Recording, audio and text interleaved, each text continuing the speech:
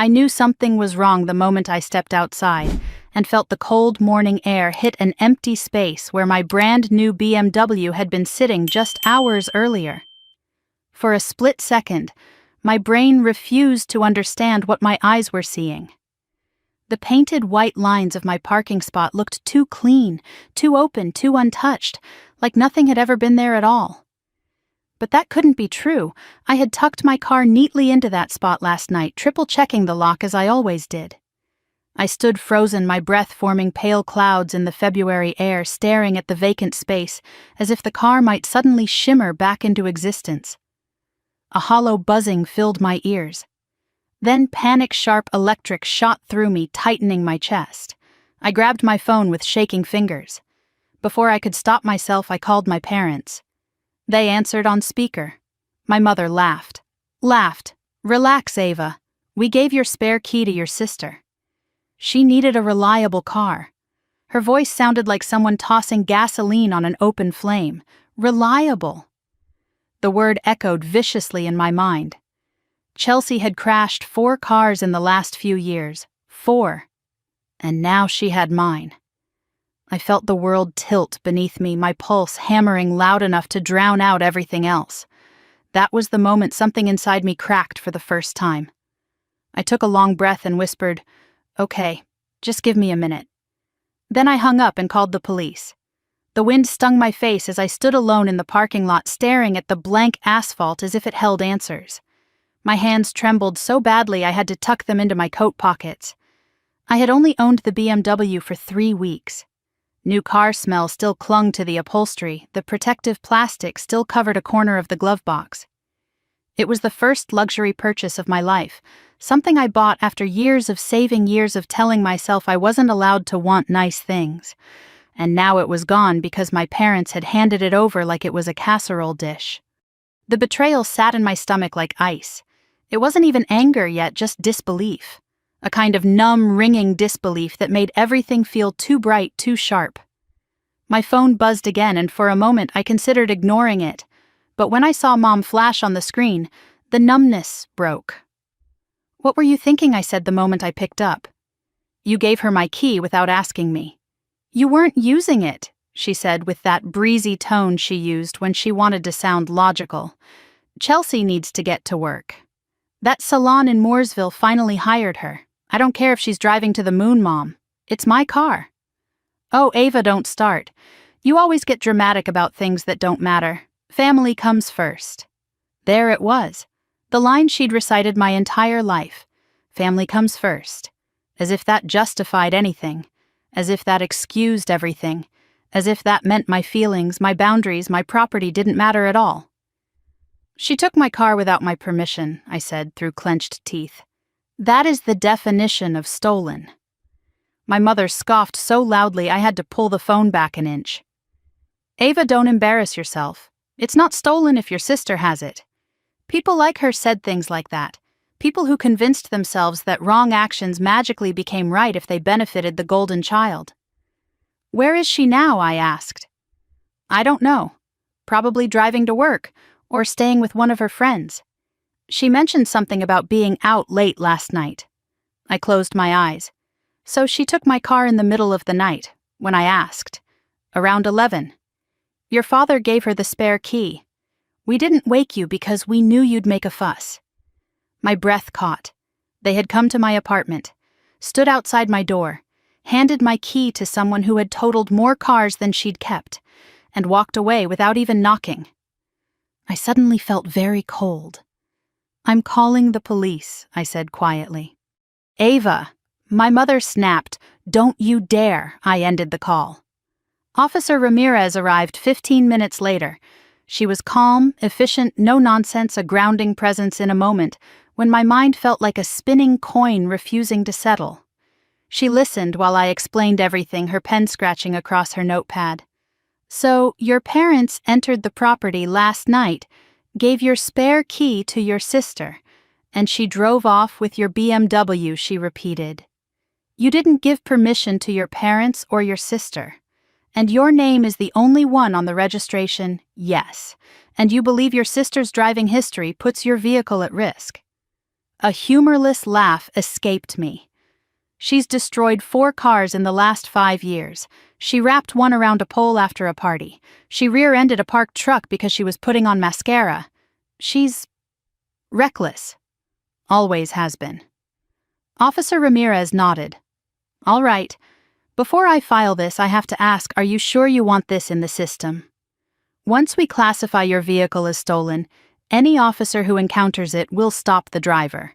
That driver, your sister, will be detained. I thought of my mother's laugh, my father's silence, Chelsea's history of smashing her life into anything that got in her way. I thought of the empty parking spot, the hollow in my chest. Yes, I said, I'm sure. She entered my license plate into the system. Stolen vehicle, active alert. The moment she pressed the button, a strange, unexpected sensation flooded through me, not fear, not guilt, but relief. As if I had been carrying something heavy for years without knowing and had finally set it down. My phone vibrated. Chelsea. I almost let it go to voicemail, but curiosity overpowered caution. What the hell, Ava, she barked the moment I answered. Mom said you're throwing a fit about your car. You took my car without asking. I asked Mom and Dad. Same thing. No, I said quietly. It's not. She huffed. Gee. Oh my God, you're such a control freak. I needed it. It's not like you were using it. You can Uber to work. My jaw tightened. Where are you? None of your business. I'll bring it back when I'm done. No, I said again. You need to bring it back now. Why are you going to tell the cops? She mocked. You don't have the guts. The officer is standing right next to me. Silence. A hard, heavy silence. You're lying. I'm not. Another silence. Longer. Then her voice shifted, uglier, sharper. You've always been jealous of me, she spat. You can't stand that Mom loves me more. I almost laughed, not because it wasn't painful, because it was so familiar. The lines, the accusations, the roles we'd all been trapped in for decades. Chelsea. I said, bring back my car. No. She hung up. Officer Ramirez raised an eyebrow. She's not coming back willingly. No, I said. She isn't. We'll find it. 4 hours later they did. My phone rang at my desk, and I bolted upright before the first vibration ended. We located your vehicle, Officer Ramirez said. You'll want to come see it. My coworker Denise drove me to the impound lot. I felt numb the entire ride, my hands cold, my throat tight. When we arrived, my eyes fell on the BMW before the officer even spoke. The front bumper was crushed inward as if something had hit it head-on. Deep scratches carved through the passenger door. The side mirror dangled, cracked straight through. The back window had a diagonal crack like a lightning strike. What happened? I murmured, stepping closer. It appears your sister was involved in a collision, Ramirez said. Possibly more than one. Inside the car was worse. Fast food wrappers littered the floor. An oily stain spread across the back seat. The faint stench of cheap liquor clung to the upholstery. My brand new BMW looked like it had been through a demolition derby. My phone rang. My mother. Ava, she said, panic in her voice. Chelsea says the police are after her. Tell me this is some misunderstanding. It's not, I said flatly. She stole my car and destroyed it. Destroyed. What do you mean? Destroyed? Chelsea didn't mention damage. Of course she didn't. You need to stop this, my mother insisted. This is tearing the family apart. I didn't tear anything apart, I said softly. It was already broken. You just didn't want to see it. My mother sucked in a breath. Ava, you're being cruel. No, I said. I'm being honest. I ended the call. For the first time in my life, I didn't apologize afterward. Insurance was next. A middle-aged adjuster named Gilbert walked around the car, shaking his head slowly. Front structural damage, keyed down the side, back glass fracture, oil contamination on the interior. Yes, this is significant. How significant? I asked quietly. He looked at me with sympathetic eyes. Potentially total loss. I inhaled sharply. A gust of wind blew across the lot, and for a moment I felt suspended between fury and freedom, grief and possibility. Chelsea's voicemail came later that night. So you actually did it, she sneered. "You called the cops on your own sister. Hope you're happy. Mom says you're destroying this family. You always were cold. You always will be." I saved the voicemail. Later, lying in bed staring at the ceiling, something inside me settled into place. A truth I had been circling for years without naming. I had spent my entire life trying to earn the love of people who only understood taking. Now, for the first time, I had chosen myself.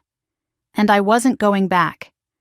I sat on the edge of my bed, long after midnight, my phone still warm in my hand from the last voicemail Chelsea had hurled at me. The room was quiet, except for the faint hum of the heater, but my mind felt anything but quiet. I kept seeing the empty parking space, the cracked window, the resignation in Officer Ramirez's face. I had always believed things like this happened to other families who were loud, chaotic, visibly fractured. But not mine. My parents always projected an image of steadiness, of being respectable, of being proper. Yet under that polished surface was a rot I had ignored for far too long. When my alarm buzzed at 6 the next morning, I felt like I hadn't slept at all. My body moved automatically through the motions: shower, quick toast, makeup, hair tied back. But my mind kept drifting back to the impound lot. To the car that didn't even look like mine anymore. To the voicemail I had replayed twice, not because I believed Chelsea said anything worth hearing, but because I wanted to understand how someone could twist a story so viciously. At work, nothing felt normal. Emails blurred, conversations faded, my coffee tasted sour, and every time my phone vibrated, even once for a grocery store coupon notification, I jumped. By mid-morning, I couldn't pretend to focus anymore. I stepped into the hallway, leaned against the cool wall, and covered my face with both hands. My coworker Denise found me there. "You okay?" she asked gently. I wanted to say yes, to offer the usual practiced smile, to pretend I wasn't unraveling. But the truth pushed through. "My sister stole my car," I whispered. "And my parents gave her the key." Denise blinked, stunned. "Your brand new car," I nodded. "Oh, Ava." She stepped closer and touched my arm. "I'm so sorry." It was the first kind, uncomplicated sympathy I had received since the whole nightmare began. I swallowed hard, emotion tightening behind my ribs. "I don't know what I'm supposed to feel," I admitted. "Angry," she said without hesitation. "You're supposed to feel angry." But anger wasn't what filled me. It was something more numbing, something closer to grief. I didn't stay at the office long. My concentration was gone, and every tick of the clock felt like sandpaper against my nerves. I told my supervisor I needed a personal day, grabbed my coat, and left. Outside, the February air was crisp, the sky a washed-out blue. I pulled my collar tight around my neck as I walked to the bus stop. Without my car, the commute home felt strangely exposed, as if I had been pushed backward in time, back to my early 20s when I took the bus everywhere and felt invisible and overlooked. When I got home, I stood in the doorway of my apartment and let the silence settle around me. It felt heavy, but not suffocating. More like a silence that had been waiting for me to finally listen. My phone buzzed. "Mom." I let it buzz until it stopped. A moment later, it buzzed again. "Dad." And then, unbelievably, Chelsea. I turned the phone face down on the counter. I needed space to think, to breathe, to understand what to do next. I made a cup of tea and sat at the kitchen table. Steam curled upward in thin, quiet threads. For a while, I just watched it, letting the warmth settle into my hands. It grounded me enough to begin sorting the tangled threads of what had happened. My parents had come onto my property unannounced. They had given my spare key to a woman who had totaled cars like most people misplace pens. They hadn't called. They hadn't asked. They hadn't even left a note. And yet they expected gratitude. They expected silence. They expected me to swallow my discomfort like I had swallowed countless unfair things growing up, like when Chelsea threw a hairbrush at my face, and my mother told me, "You know how emotional she is." Or when Chelsea crashed the family SUV into a mailbox and my father said, "Don't be upset. She already feels bad." Or when Chelsea destroyed my favorite necklace as a kid and my parents excused it with, "She didn't mean it."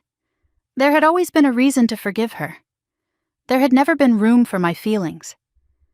My chest tightened. As a child, I had believed the imbalance was love, that they needed more energy for her because she was fragile. But now as an adult, the truth looked different. They had let Chelsea become unstoppable because they had never stopped her.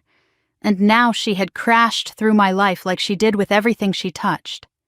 My tea cooled. I didn't drink it. Around noon, a knock sounded at my door. Sharp, hesitant. I froze. For a heartbeat, panic flashed through me. Someone had been in my parking lot last night. Someone could have seen Chelsea take the car. Someone might know where she lived now. Someone might have followed her. I stood completely still. Another knock. Ava, it's Officer Ramirez. My spine loosened slightly. I opened the door. I wanted to check in, she said. I know yesterday was a lot. Her voice, steady and unapologetically grounded, was a relief. Do you have an update, I asked? Not yet. But we will. I did want to go over your official statement with you. She stepped inside, and for a moment I felt strangely self-conscious about my apartment. The neatly stacked books, the spotless kitchen, the soft gray throw blanket folded on the sofa. My life was built on order and responsibility. My sister's life was built on chaos. My parents had always loved her chaos more than my stability. Ramirez sat across from me at the dining table and reviewed her notes. You said your parents gave your sister the key around 11 p.m. last night? Yes? And your parents didn't attempt to notify you, call, text, knock, anything? No. She nodded. It's extremely unusual for someone to access another adult's property without consent, let alone hand over a vehicle. This is a clean case. Your decision to file makes sense. Her reassurance struck something deep inside me, a part of me that had been trained for years to question my right to boundaries. Do people really do this? I asked softly. Families, I mean. Do they treat each other's property like it doesn't matter? Ramirez's expression softened. More than you'd think. Sometimes the most complicated cases aren't strangers. They're relatives who believe they're entitled to someone else's things. Entitled. That word fit perfectly, like a puzzle piece clicking into place. My phone buzzed again. I didn't check it. Take your time with this, she said as she stood. And don't answer calls that upset you. You're not obligated to manage their emotions. A simple statement, but it felt revolutionary. When she left, the apartment felt quieter but not empty. Quieter in the way that meant something had shifted. The afternoon passed in a series of small, deliberate actions. I made lunch but didn't eat more than a few bites. I folded laundry. I opened my laptop intending to check work emails, then closed it again. My mind kept drifting to the same unsettling place. What if Chelsea crashed into someone else? What if she hurt someone? What if this went beyond property damage? That fear festered, and with it came a strange, unexpected grief. Not for the car, but for the version of me who still believed my family would someday treat me fairly. By late afternoon, sunlight slanted low across my living room floor. I picked up my phone, hesitated, then opened my parents' message thread. There were 12 missed calls. A string of texts from my mother, Ava. This is unnecessary. You're overreacting. You know your sister struggles. You should be supporting her, not punishing her. This is not what family does. Not once did she ask how I was. Not once did she acknowledge what they had done. It was like staring at a map and finally seeing all the wrong turns, all the dead ends, all the circles. My father had sent only one text. Call us. We need to talk. I didn't reply. I turned off my phone completely. Evening crept in slowly. I sat on my couch, knees drawn up, staring at the blank TV screen. Outside, streetlights flicked on one by one. A dog barked in a neighboring building. Someone laughed in the hallway. Life continued undisturbed. For the first time that day, I let myself breathe deeply. I wasn't losing my mind. I wasn't being dramatic. I wasn't wrong. My car had been stolen. My trust had been broken. And I had the right to defend myself. That realization unfurled inside me like a quiet flame. At 7 p.m., the apartment buzzer startled me. My heart jumped. I pressed the audio button. "Yes, Ava, it's Denise." Relief washed over me. I buzzed her in. She came up with a plastic bag of groceries dangling from her wrist. "I figured you didn't eat today," she said simply. I blinked, touched beyond words. "Thank you." We cooked together well, she cooked, while I hovered uselessly. She made pasta and roasted vegetables, and for the first time in 24 hours, food tasted like something other than cardboard. After dinner, she asked, "Do you want to talk about it?" And strangely, I did. I told her everything. The favoritism growing up. The excuses my parents made. The ways Chelsea had coasted through life without consequences, while I was expected to be the reliable one, the steady one, the one who swallowed everything quietly. Denise listened without interrupting, eyes full of empathy. "When you called the police," she said softly, "that wasn't betrayal. That was survival." A lump formed in my throat. "You know," she continued, "some families confuse love with possession. They think because you belong to them, they get to decide what you should give up." I nodded slowly. "That's exactly what it feels like." "You're allowed to protect yourself," she said, "even from them." After she left, I stood at my window and watched the lights of the city flicker in the distance. Charlotte had always felt like a place where people reinvented themselves. Maybe I could reinvent myself too. At 9 p.m., I plugged my phone back in and turned it on. Notifications flooded the screen, buzzing nonstop. I watched them come in unread. Then I silenced them and placed the phone screen down. The world outside dimmed to a gentle hum. My apartment felt different, not bigger, not emptier, but mine. Entirely mine. And as I curled beneath my blanket, exhaustion finally pulling me under, I held on to a single, steady thought: I wasn't done being afraid yet. But I was done being controlled. The call from Officer Ramirez came just before lunch, right as I was staring blankly at my computer screen pretending to work. My phone vibrated once, then again, and when I saw her name, my stomach twisted sharply. "We found your vehicle," she said as soon as I answered. "I think you should come in person." My breath hitched. "Is it drivable?" A pause. "It's best if you see it yourself." The tightness in my chest spread until it felt hard to breathe. I grabbed my coat, told Denise I had to go, and left the building. She offered to drive, and I didn't argue. My hands were shaking too badly to hold a steering wheel. The impound lot sat behind tall chain-link fences, strung with barbed wire rows of damaged vehicles lined up like casualties from a silent war.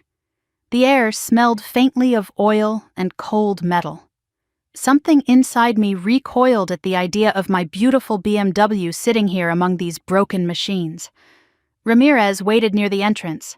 When she saw me, her expression softened. "I need you to prepare yourself," she said quietly. "I'm fine." I lied, because admitting anything else felt like weakness. But the moment she led me deeper into the lot, dread pooled in my stomach. And when she stopped walking, when my eyes followed the line of her arm toward a familiar silver shape, the air punched out of my lungs. My BMW didn't look like my BMW. The front bumper caved inward as if it had struck something hard head-on. Scratches gouged the paint along the passenger side, jagged long lines like someone had taken a key to the surface. The driver's side mirror hung loose, cracked clean across the center, and the rear window held a spiderweb crack stretching diagonally as though something heavy had slammed into it from inside. I stepped closer on unsteady legs. Every detail hurt. What? What did she do to it? My voice scraped out of me.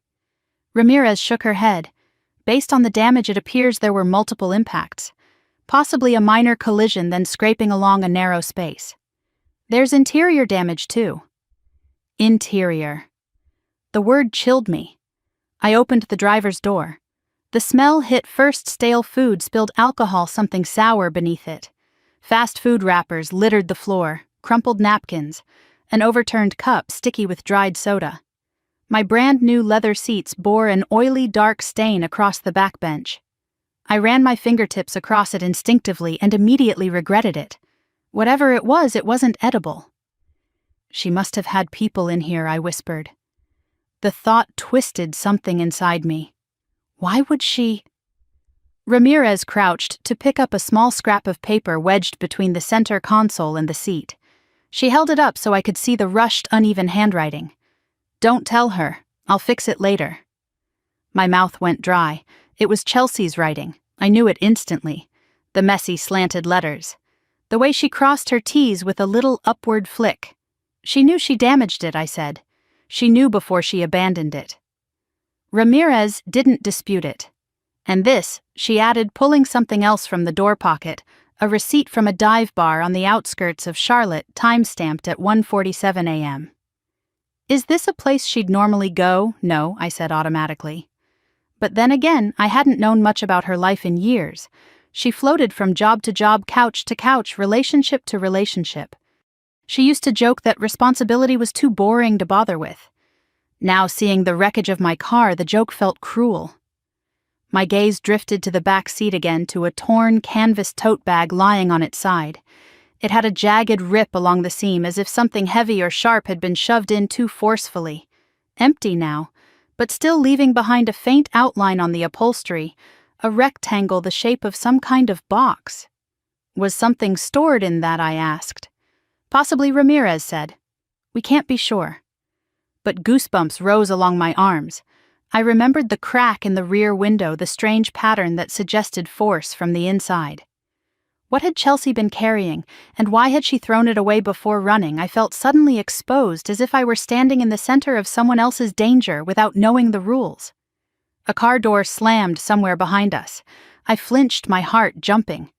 Let's go over the official documentation, Ramirez said gently, as if sensing my spiraling thoughts. I followed her as she walked around the BMW, photographing every angle.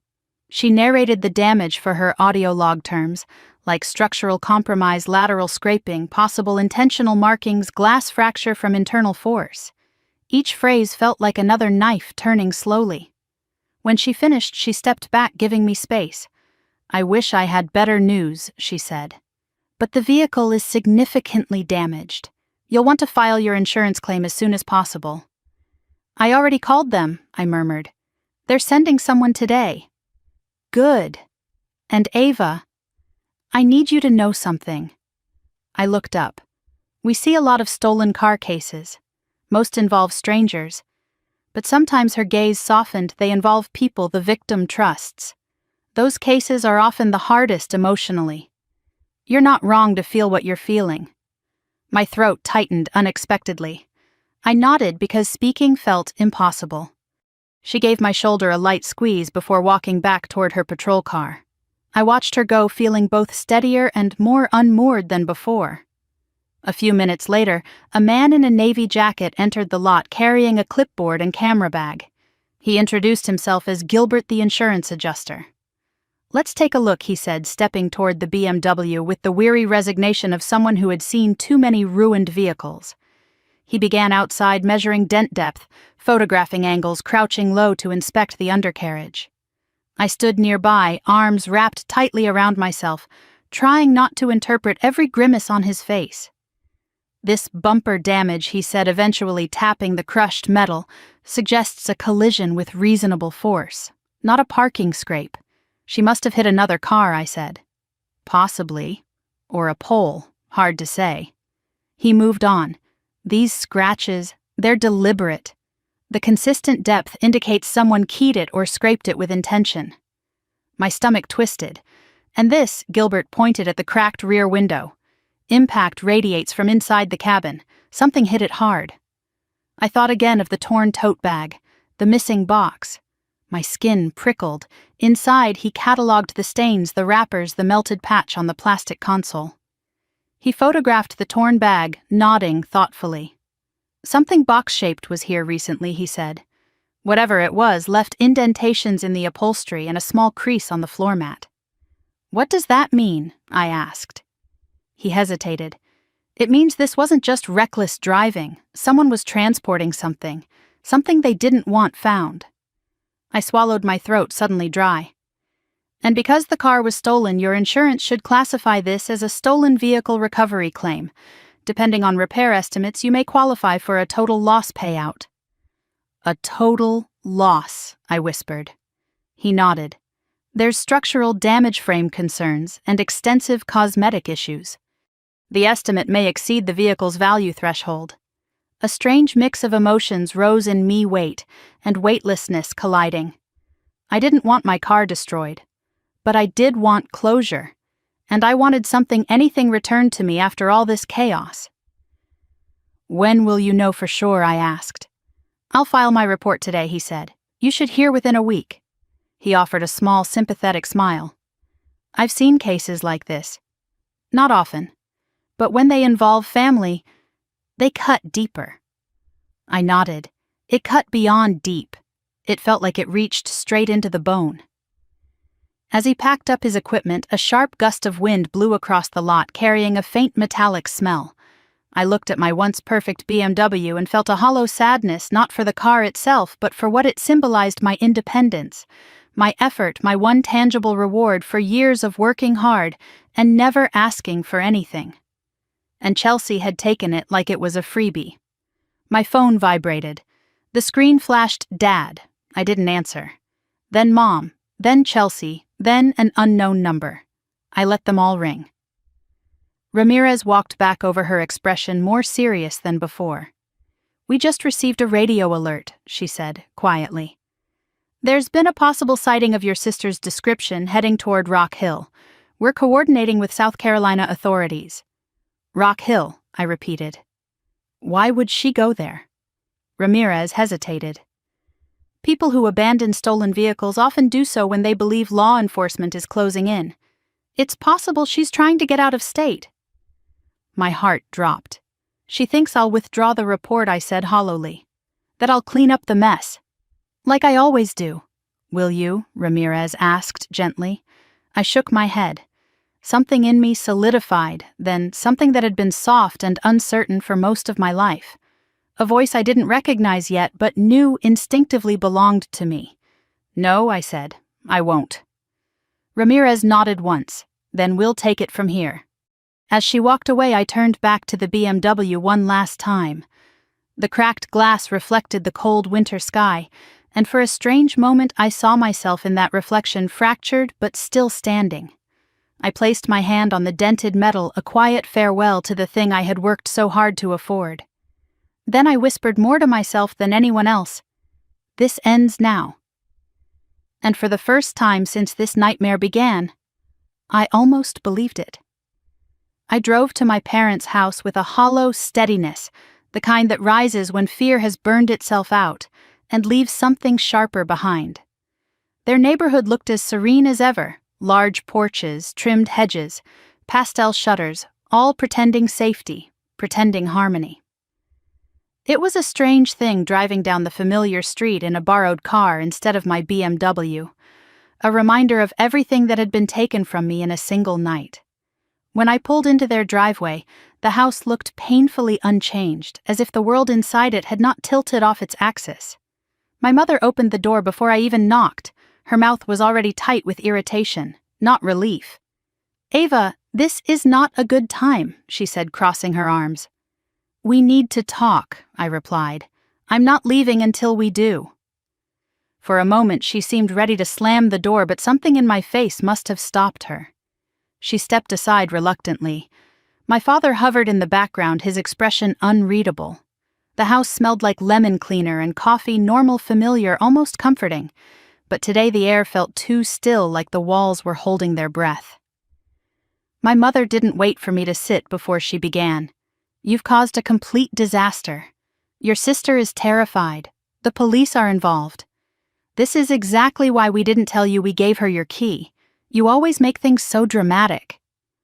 The words hit me with the familiarity of a bruise pressed too many times. "She took my car," I said evenly. "You helped her do it." My mother waved a dismissive hand. "It's just a car.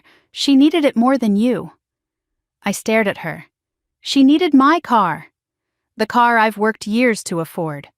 The car I'm still making payments on. The car I didn't give permission for her to use. You weren't using it, she snapped. And she has a harder life, Ava. She's been struggling ever since the divorce, and now she finally got a chance at a decent job. She needed something reliable.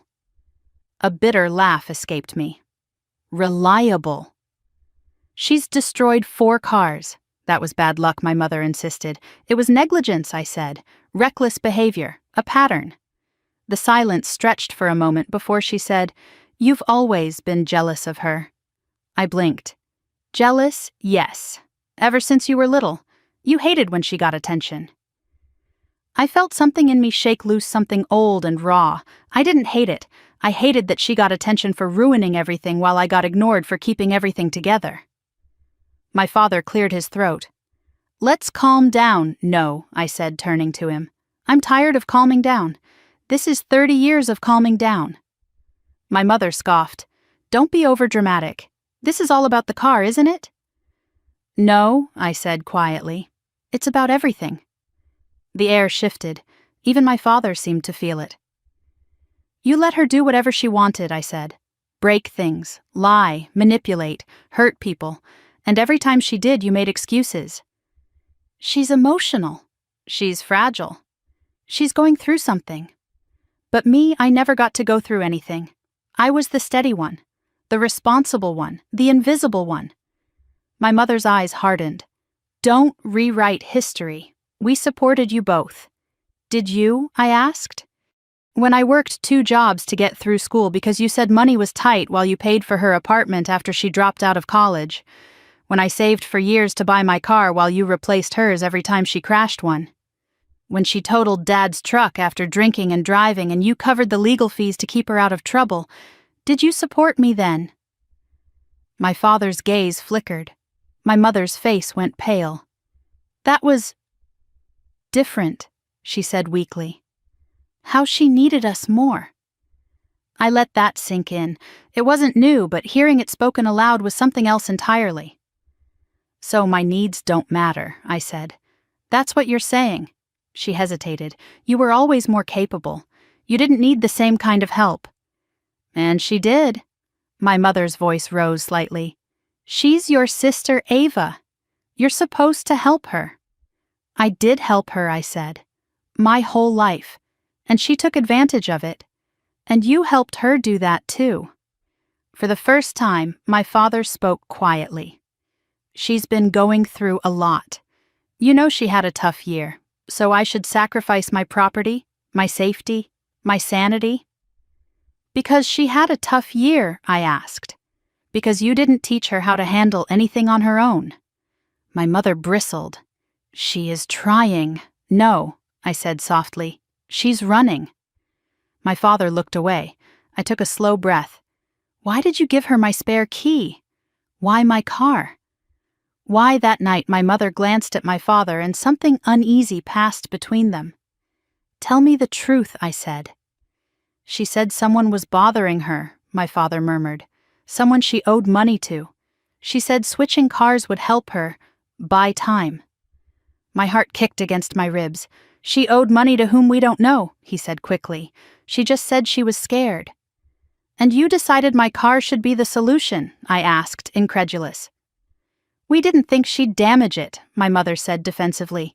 "We didn't think she'd run off with it. We were trying to help her." "You didn't think," I said. "You never think when it comes to her. You react, you rescue, you cover up, no consequences, no accountability.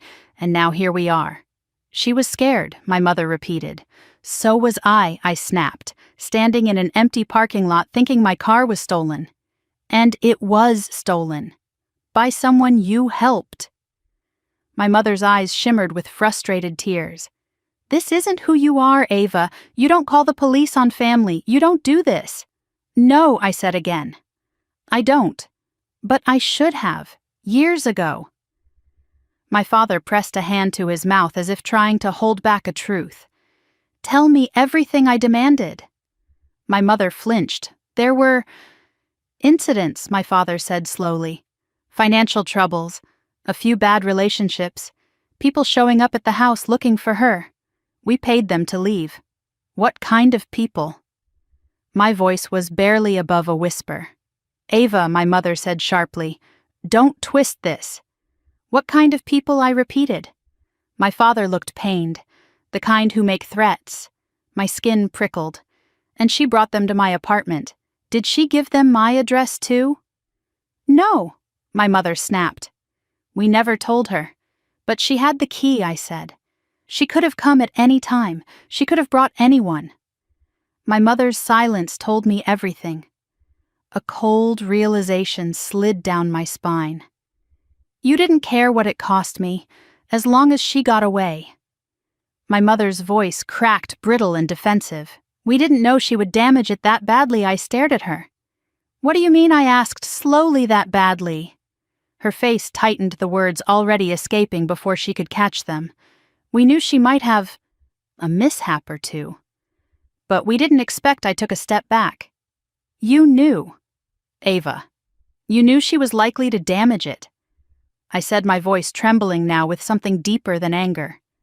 "You knew, and you still gave her my car. And you didn't tell me." My father closed his eyes. My mother pressed her lips together. "It wasn't supposed to go this far." "This far," I echoed. "She stole my car, she wrecked it, she abandoned it. She dragged me into whatever mess she's in, and you're upset because it went too far." My mother's chin quivered. "We were trying to protect her." "And who was protecting me?" Silence. Dense, suffocating silence. For the first time in 30 years, neither of them had an answer. I took a breath that felt like breaking through water after being underwater too long. "I'm done," I said. "I'm done cleaning up her messes. I'm done being the backup plan. I'm done pretending this is normal." My mother shook her head. "Ava, please." "No," I said firmly. "You created this. You enabled this. And now she has to face the consequences." "Consequences?" my mother whispered, horrified. "You're going through with the charges, yes." Tears spilled down her cheeks. "This will tear the family apart." "It was already torn," I said quietly. "I just stopped pretending the pieces still fit." I turned toward the door. My father stepped forward, but I lifted my hand to stop him. "Don't," I said. "Not today." My mother's trembling voice followed me down the hall. "Ava, wait. There's something you don't know about that night." I paused at the doorway, my hand resting on the cool brass handle. I didn't look back. "What don't I know?" I asked. My mother hesitated, then whispered, "She wasn't alone."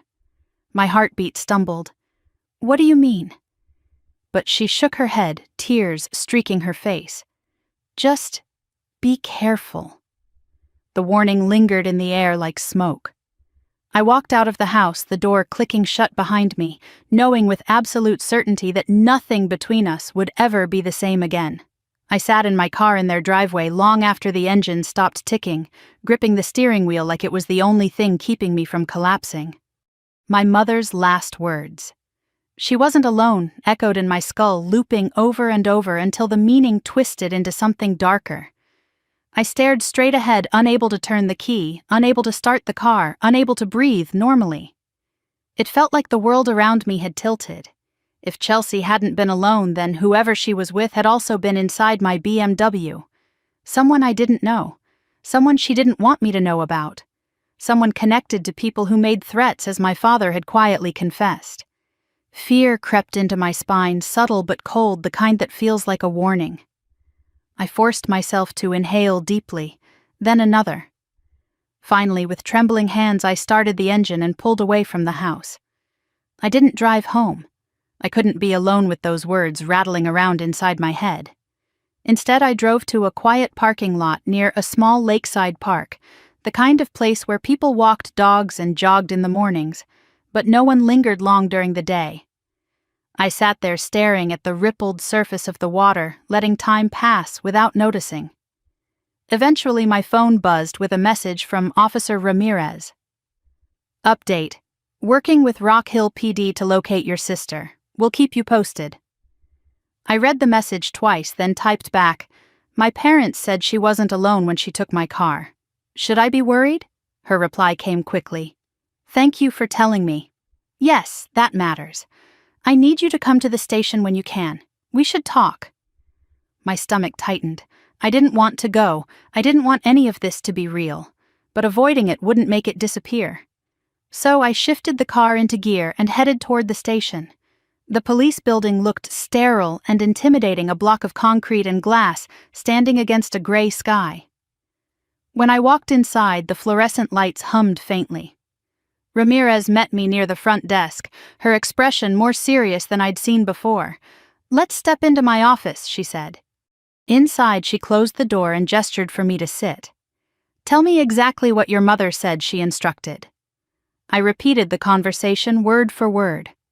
Ramirez listened without interrupting, but I could see her jotting mental notes behind her controlled expression. "She wasn't alone," I said again. "My mother wouldn't explain further. Did your parents mention anyone else by name?" "No." "They looked scared." "And have you been scared too?" I hesitated, then nodded. "That's normal," Ramirez said.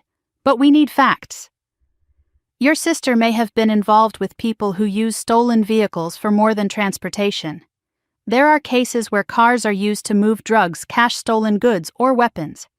If your BMW shows signs of interior impact, which it does, that could indicate something was inside the vehicle that someone didn't want found." A chill spread through my body. "So I could be in danger." "We don't know yet," she said honestly. "But I want you to be cautious. Change your locks. Don't answer your door at night. Keep your phone on you, and let us handle the rest." I nodded slowly. "Your sister abandoned the vehicle," Ramirez continued, "which suggests panic, not planning. People who work with criminals don't abandon stolen property unless something went wrong." I swallowed. Something like what she may have been pressured, threatened, or she may have been trying to get away from whoever was with her. "That doesn't make me feel better," I whispered. "It shouldn't," Ramirez said bluntly. "But it does make it more important that you stay out of it. Do not contact your sister. Do not contact anyone your sister knows. Focus on protecting yourself." For a moment, I just stared at her. The truth was clear in her tone, even before she spoke it aloud. "You were dragged into something you didn't consent to," she said gently. "You're a victim in this case, legally, emotionally, financially. We're going to make sure you're safe." The word victim stung in a way I hadn't expected. I wasn't used to being seen as someone who needed help. I'd always been the one supporting others, shoring up broken structures, smoothing the pieces, so no one got hurt except me. When the meeting ended, Ramirez walked me to the front. As I stepped into the cold air, a weight settled deeper into me. Everything felt too big to hold. I drove home cautiously, scanning the mirrors more often than usual. Every car behind me looked suspicious. Every pedestrian seemed like they were watching. By the time I reached my apartment, my nerves were frayed. I locked the door behind me, then checked it twice. The silence inside felt oppressive. I turned on the lights, needing brightness. But the quiet didn't comfort me. It made me aware of how alone I was. I paced the living room, trying to shake the feeling of being watched. Then I forced myself to sit and breathe. I needed certainty. Something solid. Something I could control. My phone buzzed again, this time a voicemail notification. The number wasn't saved in my contacts, but the area code was familiar, Rock Hill. Dread prickled across my skin. I pressed play. At first, all I heard was static and muffled noise. Then a voice, low, slurred, angry. "Ava, you think you're better than everyone. You think calling the cops is going to fix anything. You just made everything worse. They're pissed. I'm pissed. And you know what? Whatever happens next, that's on you, Chelsea." Her voice sounded distorted, scared, almost frantic. Then the message ended abruptly. My breath froze in my chest. Not because she was angry, I'd heard her angry plenty of times before, but because of the way she said they're pissed. They, whoever she had been with, whoever she owed, whoever she had brought into my car. Before I could fully process the message, another voicemail alert popped up. Same number. I pressed play without hesitating. This one was quieter. The background noise was a car engine revving unevenly. "Ava, I messed up. I messed up bad. I didn't mean for this to happen. Please don't let them." A sharp sound cut her off like something hitting the dashboard. Male voices shouted in the background, too muffled to understand. Chelsea gasped sharply, then the line went dead. My hands shook so violently I nearly dropped the phone. I replayed the voicemail listening for clues, words, tones, anything, but all it did was deepen the dread. The third voicemail came minutes later as if taunting me. This one was only 3 seconds long, breathing, fast, panicked, then a whisper, "Don't trust them." The message clicked off. My legs gave out, and I sank onto the couch, gripping the fabric tightly. Who was I not supposed to trust? The police. My parents. Someone else entirely. My pulse raced so fast I felt lightheaded. I forced myself to inhale slowly through my nose, exhale through my mouth. But the panic kept creeping, tightening its grip. Before I could slide into full terror, I pressed the call button on Ramirez's card. She answered on the second ring. "Ava, I got voicemails," I said breathlessly. "From her, from my sister. I think she's in danger." "Calm down," Ramirez said, though her voice sharpened with urgency. "Tell me exactly what the messages said." I repeated each one word for word, trying to ignore how my voice trembled. When I finished, Ramirez was silent for several seconds. "Do not delete those voicemails," she finally said. "They could be important evidence." Is she okay?" "We don't know yet," she said carefully.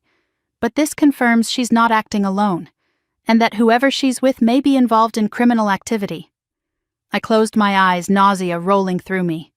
"Should I be scared?" I whispered. "Ava," she replied, voice firm but kind. "I want you to stay somewhere safe tonight, not your apartment. Do you have a friend or coworker you trust?" I thought of Denise. Her warm smile, her concern. How she had fed me dinner as if she instinctively knew I hadn't eaten. "Yes," I said. "Good. Pack a small bag, leave your apartment within 10 minutes and go there. Call me when you arrive." I stood slowly, the world feeling both heavy and hollow beneath my feet. "Officer Ramirez, yes." "What if they come looking for me?" "Then we'll handle it," she said. "But right now you need to leave." I hung up, grabbed my keys, and threw a few essentials into a backpack: wallet, charger, toothbrush, a change of clothes. My hands shook the whole time. Before stepping outside, I paused at the door, listening for footsteps in the hall. Silence. I cracked the door open and peered out. Nothing. Still, my heart pounded as I walked to the elevator. Every sound felt amplified, every shadow deepened. When I reached my car, I looked around the lot carefully. A dark sedan sat 2 rows away with tinted windows. It didn't move. No one stepped out. Still, I rushed into the driver's seat and locked the doors immediately. The engine turned over and I pulled out of the lot, checking my mirrors again and again. I drove toward Denise's neighborhood, gripping the wheel so tightly my knuckles ached. I didn't know where Chelsea was. I didn't know who she was with. I didn't know what they wanted from her or from me. But I knew one thing for certain. This was no longer about a stolen car. Something darker had slipped into the edges of my life. And it wasn't going away. Denise opened her front door before I even knocked, her face tightening with worry when she saw the state I was in.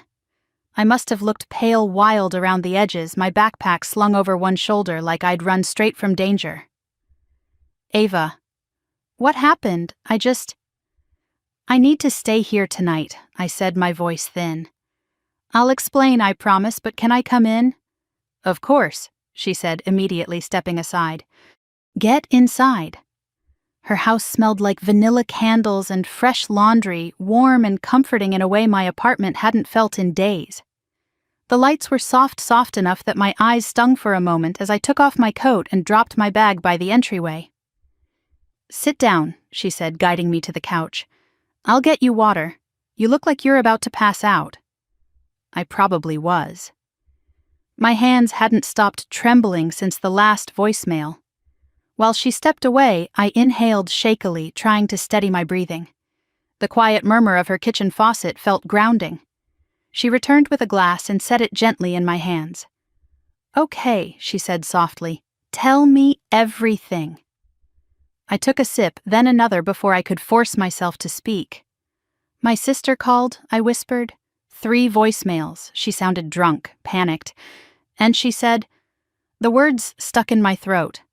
Denise waited patient steady. She said there were people with her, people who were angry, people she owed something to. And then in the last message she said, don't trust them.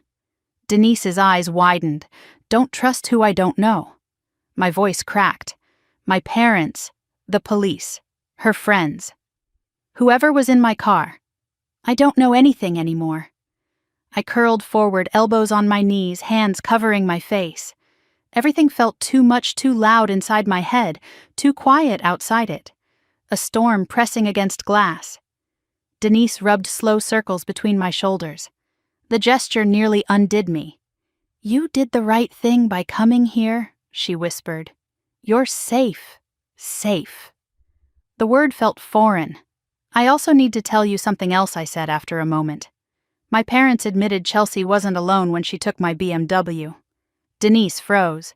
You're kidding. I wish I were. She sat back processing. Okay, that explains a lot. But what does that mean for you? I swallowed. Officer Ramirez wants me to stay away from my apartment for a while. Good. You'll stay here as long as you need. She didn't hesitate, didn't flinch, didn't ask for details. My guest room is made up. I'll get extra blankets. I exhaled shakily, overwhelmed by her kindness. While she stepped away again, I checked my phone. Ramirez hadn't called back yet. My parents had tried again, 3 missed calls. Chelsea had left a text this time, don't do anything stupid. They're watching. My skin crawled. I locked my phone screen and placed it face down. When Denise returned, she handed me a folded blanket and sat across from me. Start from the beginning, she said gently. Everything. I want to understand.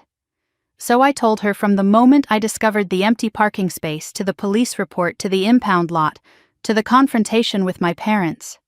I didn't spare any detail. I didn't sugarcoat anything. By the time I finished, her face was a mix of anger, disbelief, and protective worry. Your sister, she said slowly, has dragged you into something dangerous. And your parents let her? I nodded numb. But Ava... She leaned forward, her voice soft but firm. This isn't your fault. You didn't create this. You're not responsible for her choices or the people she's involved with. I wanted to believe her. But part of me kept replaying Chelsea's last voicemail. You just made everything worse. As if I had set this nightmare in motion. Denise must have seen the doubt in my expression because she said, listen to me, your sister is spiraling. And spiraling people blame anyone within reach. You're not the cause. You're simply the one who refuses to sync with her.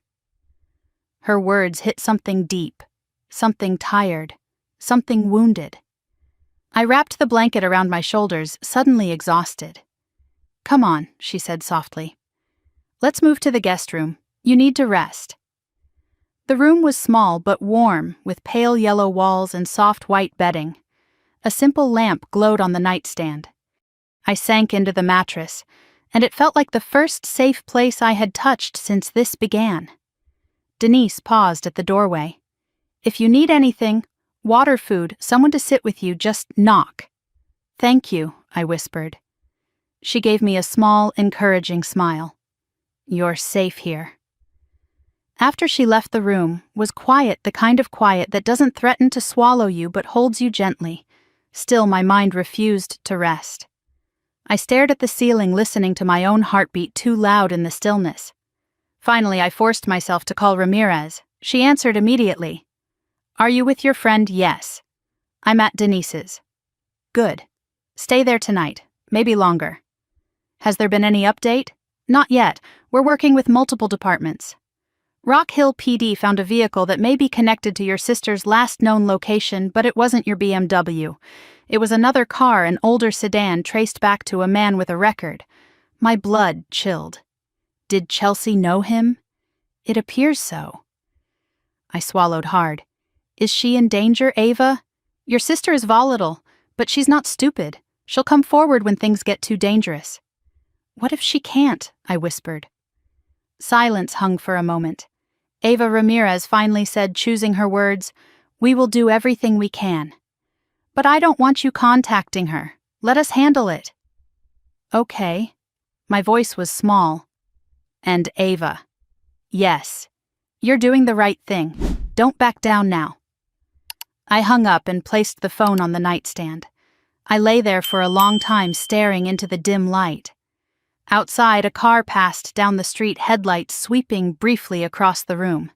Someone's dog barked in the distance, life going on as if mine hadn't cracked open. I didn't know when I finally fell asleep, but I woke up at 3:12 a.m. to a sound. A vibration, my phone. I sat up sharply, heart pounding. The screen lit the room faintly. Unknown number. Hands shaking, I pressed play on the voicemail. A whisper filled the room. "Ava, please, don't let them find me." My breath caught. Then a man's voice, rough and angry, snapped something in the background. Chelsea gasped. A rustling, a cry muffled abruptly. Then silence. Then the line disconnected. I sat frozen, my heart thundering. Somewhere in the darkness, my sister was running from something or someone, and whatever she had dragged into my life was not done with her, or with me. I pressed a hand to my mouth, stifling a sob. Because in that instant, one truth became impossible to deny. This wasn't about family anymore. This was survival. And the worst part, I wasn't sure who I was supposed to fear more. The strangers she was involved with, or the sister I had once loved, now unraveling in the shadows between every voicemail. I reached for my phone again, and this time I didn't hesitate before dialing Officer Ramirez back. Something had shifted, something irreversible, and I knew down to the marrow of my bones that this story was spiraling far beyond a stolen car. It was only just beginning. I sat on the edge of the guest bed with my phone pressed to my ear, waiting for Officer Ramirez to answer. The voicemail from Chelsea kept replaying in my mind, her panicked breathing, the muffled cry, the man's voice cutting through the static. By the time Ramirez picked up, I was shaking so hard I had to hold the phone with both hands. "What happened?" she asked immediately. "She called again," I whispered. Another voicemail. She sounded terrified. "There was a man yelling. I think someone grabbed her." Silence stretched for half a beat. "Are you safe right now?" Ramirez asked. "Yes," I said. "I'm at my friend's house." "Good. Stay there. I'm sending someone to collect the voicemail and check in." "Officer, what if something happens to her?" Ramirez's tone softened. "Ava, listen to me. We don't know what's going on yet. But these messages suggest your sister is not in control of the situation. That means we treat this as a potentially serious case." "What does that mean?" "It means this may involve coercion, trafficking, or criminal activity beyond the stolen car. We're escalating it." My breath stilled. "Trafficking." "It's just one possibility," she said carefully. "I don't want you jumping to conclusions. But whatever is happening, we have to proceed carefully." I pressed my free hand against my forehead, trying to contain the sudden wave of dizziness. "Someone will call you within the hour," she said. "Don't leave the house. Don't answer unknown numbers. And for your own safety, don't try to contact your sister again." After we ended the call, I set my phone down and stared at the wall. The guest room was quiet, but my thoughts raced violently. Denise must have heard me pacing because she appeared in the doorway, hair pulled into a messy bun, eyes full of concern. What happened? I sat on the bed and explained everything, the voicemail, the yelling, the strange escalation. She sat beside me, hands clasped tightly in her lap. "Oh, Ava," she breathed out slowly. "This is bigger than anything I imagined. Ramirez thinks she might be in real danger," I said, "and that whoever she was with might be involved in something criminal." Denise's face hardened. "Your parents should have told you the truth earlier." My chest tightened painfully. I didn't respond. We sat in silence for a moment until Denise reached over and squeezed my hand. "You're not alone in this. I'm right here." The warmth of her touch steadied me. I nodded, blinking away the sting in my eyes. A knock sounded downstairs, startling both of us. "It's okay," Denise whispered, seeing my panic. "The doorbell camera will show us." We pulled up the feed on her phone. A uniformed officer stood on the porch. Relief washed through me. 5 minutes later, he'd copied the voicemail recordings and asked a series of questions: my relationship with Chelsea, her history, her friends, any known conflicts. I felt ashamed admitting how little I knew about her life now. She hides things I said quietly. My parents enabled her. She only ever came to me when she needed something. The officer nodded sympathetically. "We see that pattern a lot." After he left, Denise and I settled back on the couch. Neither of us turned on the TV. Neither spoke much. We just existed in the uneasy waiting. Around noon, my phone vibrated again with a number I recognized instantly. My father. Denise watched me anxiously as I answered. "Dad?" His voice was tight, thinner than I'd ever heard it. "Ava, we need to talk." My pulse jumped. "What's going on?" He hesitated. That terrified me more than anything. "Your mother and I went to Chelsea's apartment this morning." The door was open. Cold dread poured through me. "Was she there?" "No," he said, voice trembling. "But her place was destroyed. Furniture overturned, cabinets open, things thrown everywhere. We called the police. A tremor ran through me. Denise moved closer, listening. "Dad," I whispered, "is she alive?" "We don't know," he said, barely holding composure.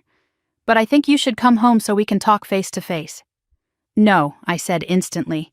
"I'm not walking into anything without knowing what's happening." He exhaled shakily. "Ava, she was in trouble. More trouble than we realized." "You mean the people she owed money to?" I demanded. He paused too long. "Yes." The silence between us stretched, something sharp and heavy hanging inside it. "What did she get involved in?" I asked. "You have to tell me." His answer came softly broken. She was moving things for people, items, packages. She said it was just favors for friends, but we knew better. My mouth went dry. "Drugs." "We don't know," he insisted quickly. But she was scared. "She owed money. She said she had no way out." "So you gave her my car," I said bitterly, "to help her run. Ava, you helped her steal from me. You helped her disappear. And now she might be." My voice cracked. Dad's voice trembled. "We never wanted you in danger. We thought, if we acted fast, we could fix it before you found out." A sound escaped me, half sob, half disbelief. "You didn't protect me. You exposed me." There was a shuffling noise on his end. Then my mother came on the line. "Ava," she said, her voice trembling, "we didn't know things would go this far." "Yes, you did," I said. "You just didn't care." She inhaled sharply, wounded. "We've made mistakes, but she's your sister. She's in danger. We need to come together as a family." "No," I said coldly. "You need to tell the police everything. That's how this gets fixed." My mother's silence spoke volumes. "You didn't tell them everything, did you?" Still silence. "You're protecting her even now." "Ava," she finally whispered, "she's our daughter." "So am I said. But that never seemed to matter. I hung up before she could respond, my hands trembling. Denise sat beside me, jaw tight. "Ava, this isn't just a family crisis anymore. This is criminal." "I know," I whispered. "What are you going to do?" I stared at my phone, the weight of everything crashing down at once. "I'm going to tell the police everything, every detail, every voicemail, every lie my parents ever covered. They need the truth if they're going to find her." Denise nodded. "And I'll be with you every step." I took a long breath, grounding myself. Before I could say anything else, my phone buzzed again, this time a text. "Unknown number." My blood ran cold as I read the message. "Stop talking to the police. You're next." My breath seized. Denise saw the look on my face. "Ava." "What is it?" I handed her the phone. Her eyes widened. "Oh my God!" My pulse hammered against my ribs. The air around me felt thick, suffocating, charged with danger. Someone knew where I was. Someone was watching. Someone who wasn't Chelsea. I stood, every nerve in my body firing at once. This isn't just about her anymore, I whispered. They think I know something. Denise reached for me. Ava. But I already knew what the text meant. Whoever they were, whatever Chelsea had been involved in, they weren't done. Not with her. Not with me. And the storm I'd been pushed into wasn't just close now. It was here. The moment I read the text, "You're next," the room seemed to shrink around me. The air felt thin, my heartbeat too loud in my ears. Denise grabbed my shoulders, grounding me, her voice steady even though her eyes were wide with alarm.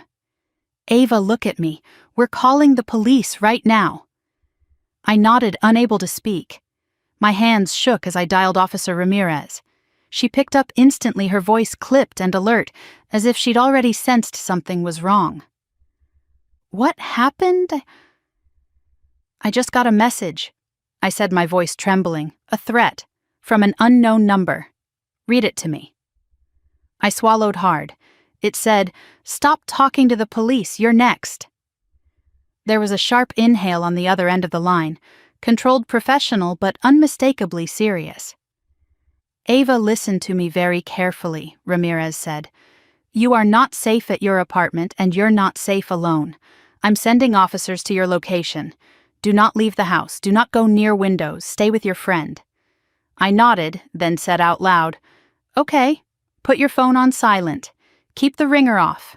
Turn off any location services. And Ava, whatever you do, don't respond to that number." I ended the call, feeling the room tilt slightly under my feet. Denise guided me toward the interior hallway, away from the front windows. She switched on a soft lamp, her face tight with concern. "You're staying right here," she said firmly. I nodded again, the numbness spreading deeper. My body felt too small to contain everything happening inside it. Minutes stretched long. The quiet felt like pressure. Every sound outside the occasional car engine, a dog barking down the street, seemed amplified. Denise sat beside me. "Do you want some water?" Before I could answer, my phone buzzed again. My blood froze. Denise's eyes widened. "Don't check it." But I already saw the preview flash on the screen. "Should have kept your mouth shut." My stomach lurched. "Ava," Denise whispered, "put the phone down." I placed it face down on the couch, breathing fast and shallow. My pulse thudded so hard it made my fingers tingle. Denise grabbed her own phone, opening the doorbell camera app again. Nothing. Empty street. Stillness. "Whoever it is," she said softly, "they're trying to scare you. That's what people like this do. But you're not alone. And the police are coming." I tried to nod, but tears stung my eyes. Not from fear, though fear throbbed through me, but from a deeper pain. "I never wanted any of this," I whispered. "I just wanted my car back." Denise squeezed my hand. "I know." A soft knock at the door sent both of us jolting upright. Denise quickly checked the camera feed, 2 officers standing on the porch, badges visible. She exhaled shakily. "It's them." When she opened the door, the officers stepped inside, swiftly scanning the living room, the windows, the entryway. "Ms. Larson," one asked, turning to me. I stood slowly. "Yes." He nodded. "We're here to stay outside the house until we can move you to a safer location. Detective Ramirez is on her way to speak with you." Is someone after me?" I asked, voice thin. "We're treating this as a credible threat," he said. "But you're not alone, and we're not going to let anything happen to you." He positioned himself near the window while the other officer moved toward the back door. Denise hovered nearby, watching everything with wide, fearful eyes. I sat back down on the couch and pulled the blanket tighter around my shoulders. A few minutes later, the front door opened again. I looked up and saw Detective Ramirez, her expression grave. "Ava," she said, stepping toward me. "Let's sit." Denise gave us space, though she stayed close enough that I could feel her presence like a safety net. Ramirez leaned forward, elbows on her knees, speaking gently but directly. "We traced the number that texted you. It's a burner phone, unregistered, prepaid, likely purchased with cash. That's common for people who don't want to be tracked." I felt the room sway a little. "This person," she continued, "is likely connected to whoever your sister was with. That means you are now a possible target." My throat tightened painfully. Because she used my car, partly Ramirez said. But more importantly, you filed a police report. You made her disappearance official. You turned what they thought was a private escape into a public investigation. My breath quickened. And they don't like attention, she added quietly. People who operate in illegal networks rely on anonymity. You disrupted that. A tear slid down my cheek. So what happens now? You're going to be moved to a secure location. Tonight. My heart thudded. A secure location? Yes, somewhere these individuals cannot reach you, somewhere only law enforcement knows. My voice trembled. Like witness protection. Not exactly, but similar concept. She paused, searching my face. Ava, this is no longer just about property damage or stolen vehicles. This has escalated into a criminal investigation involving potential threats, coercion, and possibly violent offenders. I swallowed, and Chelsea Ramirez hesitated before answering. We believe your sister was taken against her will. The words punched the air out of my lungs. No, I whispered. No, she's made terrible decisions, but she's not someone people take. We reviewed the voicemails, she said softly. The fear in her voice was real. The man shouting wasn't someone arguing with a friend. It was someone exerting control. My chest ached. Is she alive? We don't know, Ramirez admitted. But we're doing everything we can to find her. Tears slipped down my cheeks. Denise sat beside me again, wrapping her arm around my shoulders. I leaned into her without thinking, overwhelmed by grief and terror tangled into one. Why did they threaten me? I asked shakily. Because you're the only one who stood up, Ramirez said. And because they may believe you know something that could hurt them. But I don't. They don't know that, she said. Criminals don't operate on truth. They operate on fear. My hands trembled in my lap. So what do I do? You follow our instructions exactly, she said firmly. You don't go home, you don't contact your family, you don't post anything online. You stay out of sight until we isolate the threat. I nodded slowly. And Ava, she added. Yes, you're stronger than you think. You did the right thing reporting your car stolen, and you did the right thing calling us today. That's why you're still safe. Her words cracked something inside me. A tiny breath of relief. A glimmer of permission to not blame myself for every piece of this nightmare. We'll leave in 10 minutes, she said, standing. Grab anything essential. Only what you can carry. I wiped my eyes and stood on shaky legs. Denise followed me into the guest room. I'll come with you, she said. No, I murmured. You've done enough. I can't pull you into this. She crossed her arms. Too late. I'm already in it. I almost laughed an exhausted emotional sound before hugging her tightly. Thank you, I whispered. Always, she replied. When I returned to the living room with my backpack, Ramirez waited by the door, flanked by 2 officers. The house felt smaller now, almost fragile. Ready, she asked. No. But I nodded anyway. As we stepped onto the porch, the cold air hit my face. The street was quiet, the world deceptively calm. But under the surface, something dangerous was moving, pulling me into a story I had never agreed to be part of. A black unmarked car idled at the curb. The back door opened. Ava Ramirez said, gently guiding me forward, "We're going to keep you safe." One step at a time. I slid into the back seat, clutching my bag, heart pounding. As the door closed and the car pulled away, I watched Denise's house disappear from view. I didn't know where we were going. I didn't know what would happen next. But I knew one thing with cold, startling clarity. My sister's choices had ignited something violent. And now the flames were coming for me.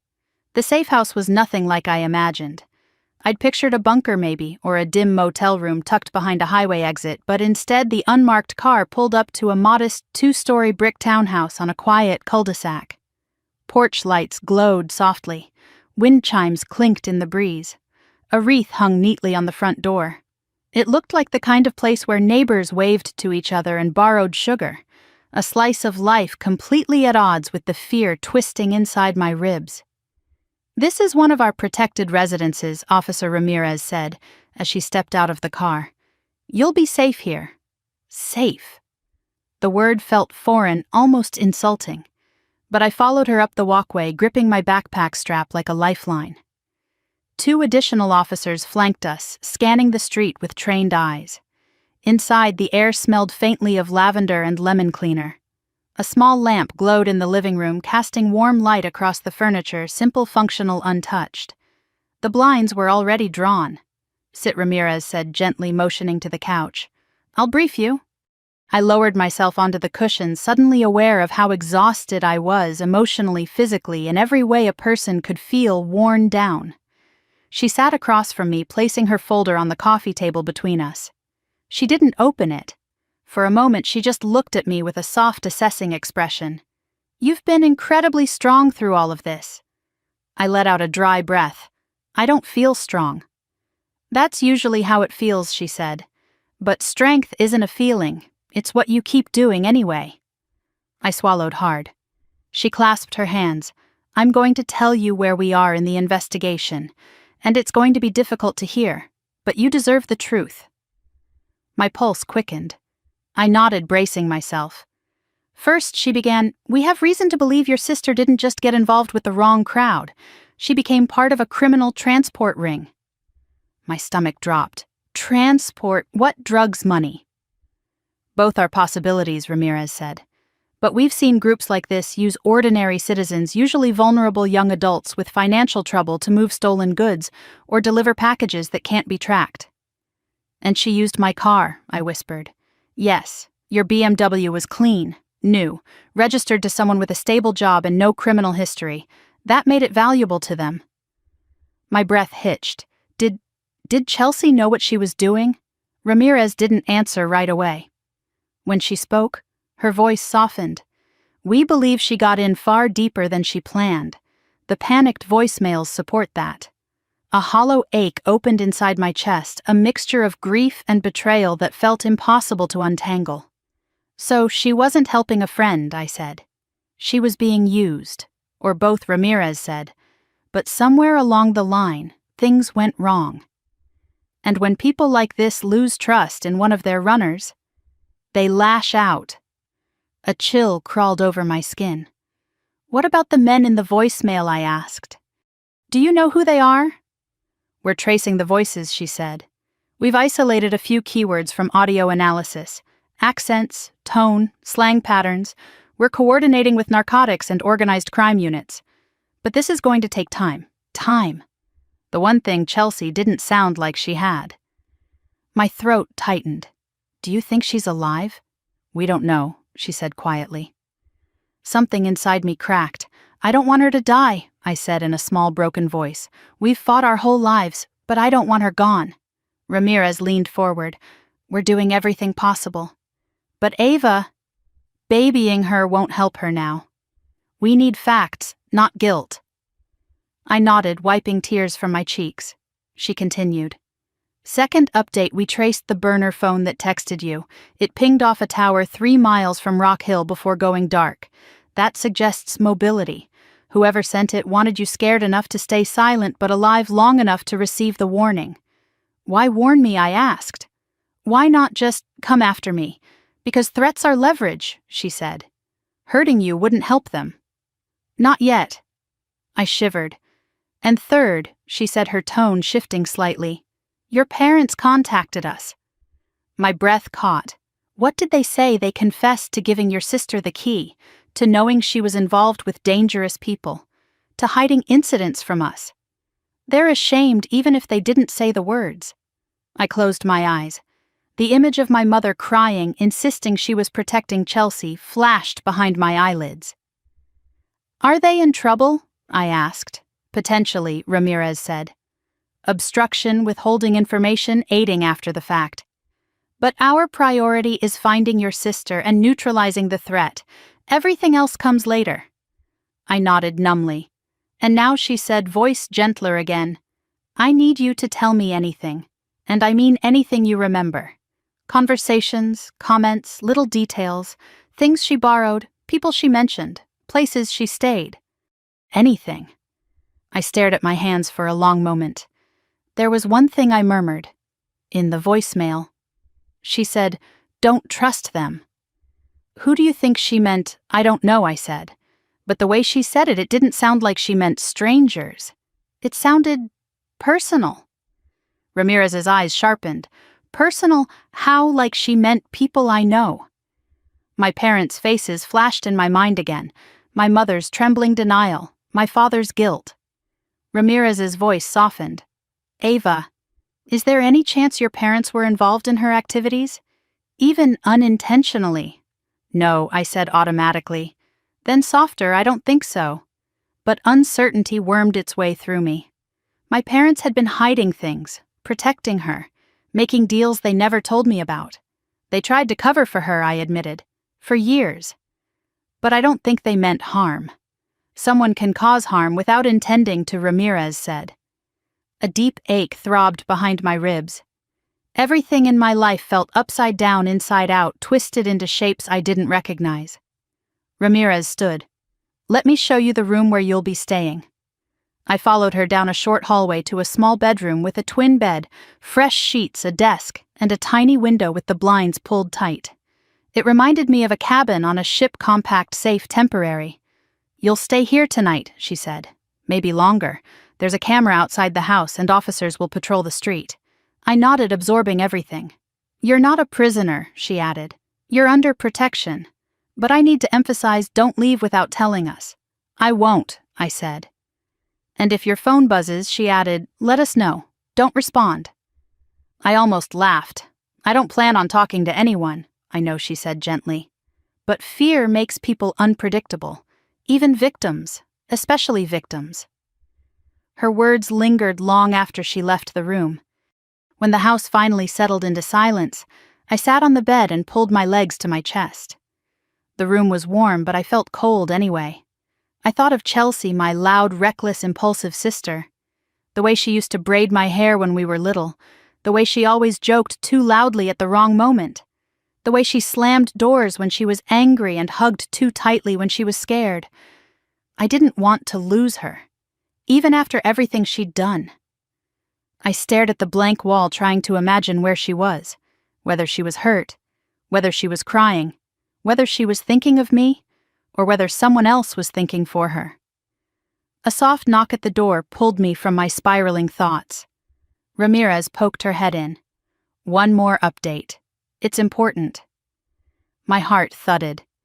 "What we found surveillance footage near the impound lot from the night your sister abandoned your BMW." My breath caught, and Ramirez stepped into the room fully. She wasn't alone, she said quietly. 2 men were with her. One remained with the car. The other forced her into a different vehicle. The world around me seemed to fade. No sound, no breath, just a cold, sharp truth sinking in. "Kidnapped," I whispered. "We're treating it as such," Ramirez said. I covered my mouth, tears streaming silently. "Ava," she added, voice firm but gentle. "This isn't your fault. None of this is your fault. But what happens next depends on everything we find." I nodded, sobs shaking through me because finally I understood the truth I'd been avoiding. My car hadn't just been a target. My sister had been. And I was now tangled in the aftermath of something far darker than I ever could have imagined. I woke the next morning with a start, unsure for a moment where I was. The walls were unfamiliar, the air too still, the sheets stiffer than my own.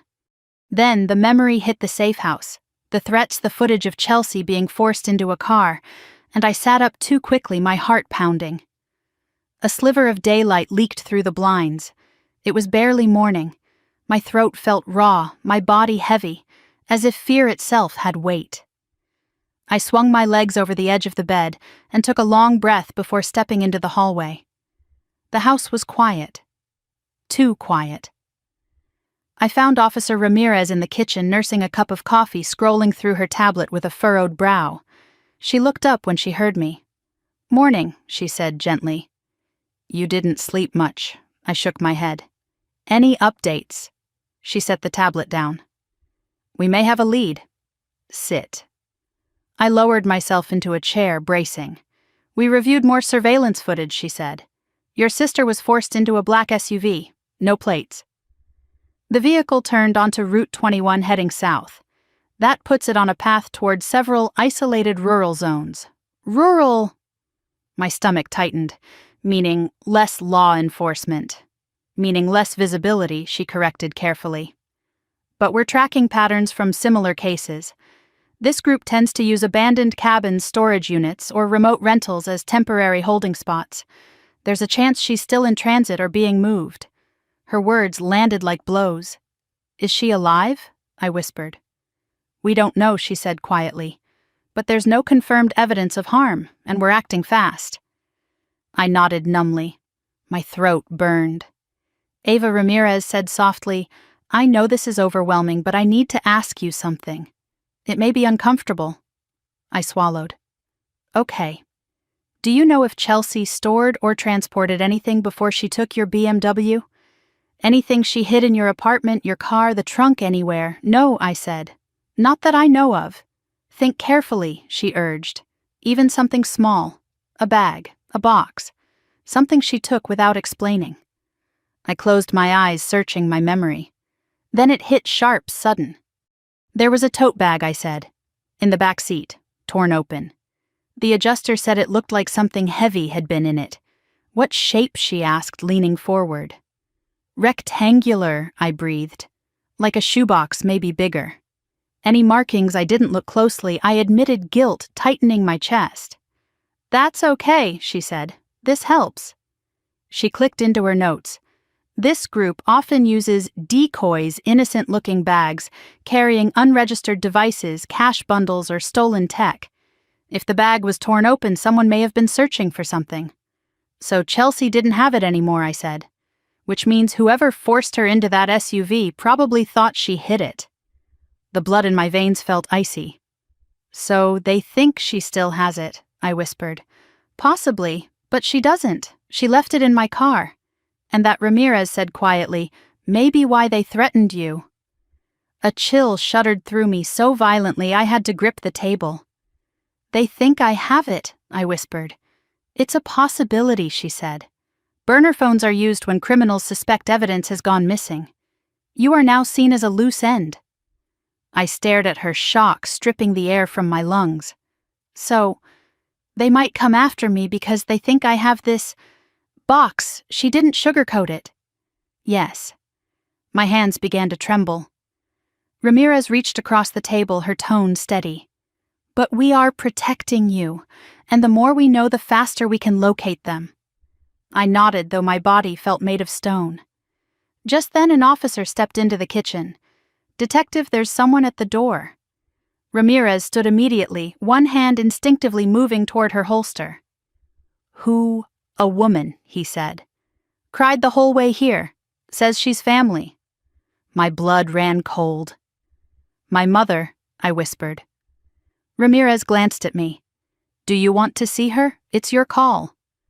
I hesitated. My mother's voice echoed in my memory, pleading, defensive, desperate. But now she had driven here to the middle of nowhere because things had gone too far, even for her denial. I'll see her, I said quietly. The officer led us to the living room where my mother stood, wringing her hands. Her eyes were swollen, her hair unbrushed. When she saw me, she rushed forward, then stopped short, unsure whether she was allowed to touch me. Oh, Ava, she whispered. Thank God you're all right. I stood still, unsure how to respond. She broke into trembling sobs. I don't know what to do. Your sister, she's in trouble, real trouble, and your father is beside himself. We didn't know it would turn into this. We didn't know you knew enough, I said softly. She froze. You knew she was involved with dangerous people. You knew she owed money. You knew she wasn't alone with my car. And you lied to me. Her face crumpled. We were trying to protect her, and who protected me? My voice wavered. Who made sure I didn't end up kidnapped because she used my property? Tears slid down her cheeks. We didn't think they'd come after you. We thought if she got away, they'd forget about it. She didn't get away, I whispered. They took her. My mother's sobs deepened, her hands shaking uncontrollably. Ramirez stepped between us gently. "Mrs. Larson, do you understand that withholding information is interfering with an active investigation?" "Yes," she choked. "Yes, I know." "Then I need you to answer honestly," Ramirez said. "Who was your daughter involved with?" "We don't know names," she cried. "We just know they came around her apartment. Men, loud, angry. They said she owed a large amount of money. She told us she'd pay them back by running errands, deliveries." "What kind of deliveries?" Ramirez pressed. "She said it wasn't drugs," my mother whispered, her voice shaking. "But she wouldn't look me in the eye when she said it." My stomach twisted. "Did she ever mention being afraid?" I asked. My mother nodded slowly. "All the time. She said someone was watching her, that she messed up a job, that she had one last chance. She begged us not to tell anyone." "And you didn't," I said hollowly. "We thought she'd stop if she got back on her feet," my mother cried. "We thought giving her the BMW would buy her time." I closed my eyes. Hearing it out loud hurt more than I expected. Ramirez nodded once. "Mrs. Larson, we need you and your husband to give a full statement. This is no longer a missing person case. It's potentially abduction and organized crime involvement." My mother's breath hitched. "I'll do anything," she whispered. "Just find my daughter." Ramirez turned to me. "We're leaving in 10. "For what?" I asked. "A field check," she said. "We may have found the cabin where your sister was taken." The world dropped out beneath me. "So she's alive," I breathed. "We don't know," Ramirez said. "But we found tire tracks that match the SUV. And there's evidence of recent activity." My mother gasped, covering her mouth. I stood slowly, my legs trembling. "I want to come." "No," Ramirez said firmly. "It's not safe. She's my sister." "And she's in the hands of violent criminals," Ramirez replied. "If they think you have what they're looking for, you are the last person I can bring."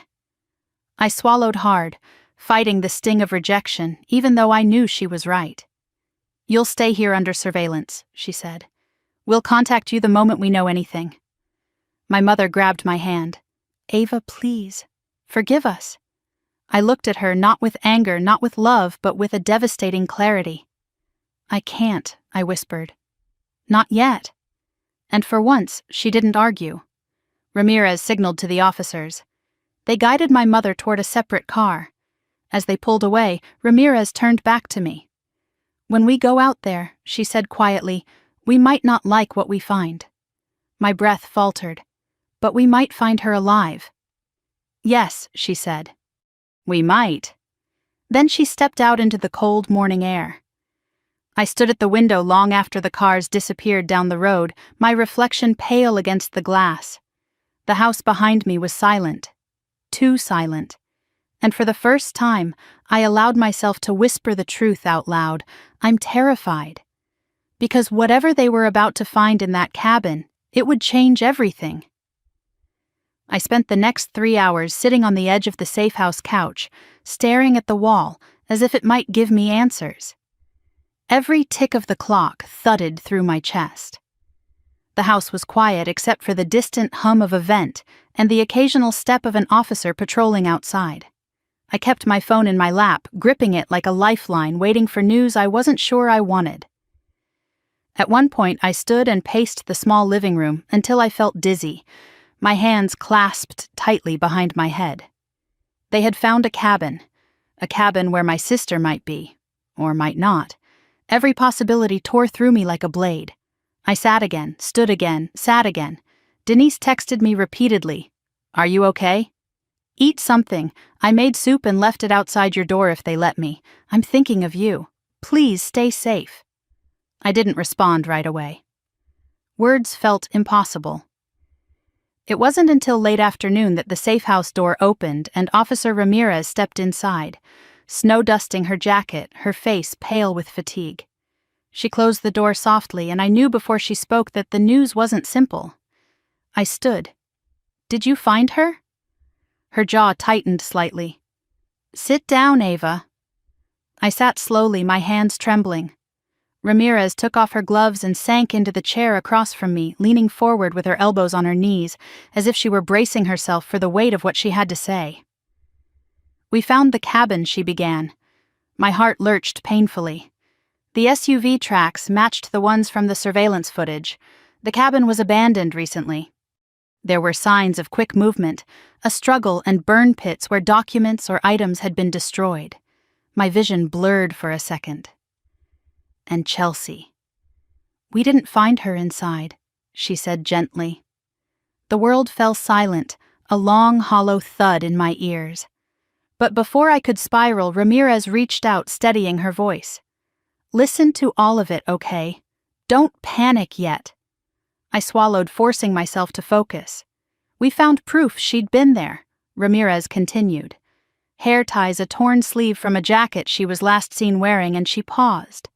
And what I whispered, a blood sample. Cold fear shot through me. "Hers. We're testing it," but there wasn't enough to suggest a critical injury, likely superficial, perhaps from hitting a corner or scraping against something. I pressed a shaking hand to my forehead. My breath trembled, but I clung to her words. Not enough to suggest a critical injury. "She was alive," I whispered. "She was alive when they took her there." Ramirez nodded. "Based on the footprints, it appears she was moved from the cabin to a different vehicle. That means she's being transported. That means she's worth something to them. And that," she said gently, "means she's likely alive." Relief hit so sharply it almost hurt. I blinked tears away. Why move her? Why not just leave her? My voice cracked. "Because they think she has something," Ramirez said. "Something she stole from them. Or something they lost. Something valuable." My chest tightened. "The missing package, most likely," she said. "Whatever was in that bag, they think she hid it or passed it off or stashed it somewhere." "And they think I have it," I whispered. Ramirez didn't deny it. "The burner phone threat suggests they believe she made contact with you. They think you might know where the item is even if you don't." I covered my face, shaking. "What am I supposed to do? I can't tell them something I don't know." "You're not going to talk to them," Ramirez said firmly. "You're under police protection." I nodded, tears slipping between my fingers. She waited until I dropped my hands before continuing. "There's more," she said. "We found a man at the cabin." My breath froze. He was... I couldn't finish the sentence. "Alive," she said. "Barely. And tied to a chair. Beaten." I exhaled shakily. "He's one of the men from the surveillance footage. Not the one who moved your sister, but the one who stayed with the BMW. My entire body went rigid. He told us," Ramirez continued, "that your sister didn't betray them. She panicked. She hid the package because she was scared of what she was carrying. He said she planned to turn it over to the police but lost the opportunity when things escalated." "But what was she carrying?" I whispered. "Encrypted tech," she said. "A drive. Potentially stolen from a company with offshore ties. We still don't know what's on it. But it's important. Important enough to kill over." A shiver rippled through me. "Ava," she said softly, "this isn't just local crime. This is organized, multi-state, possibly international."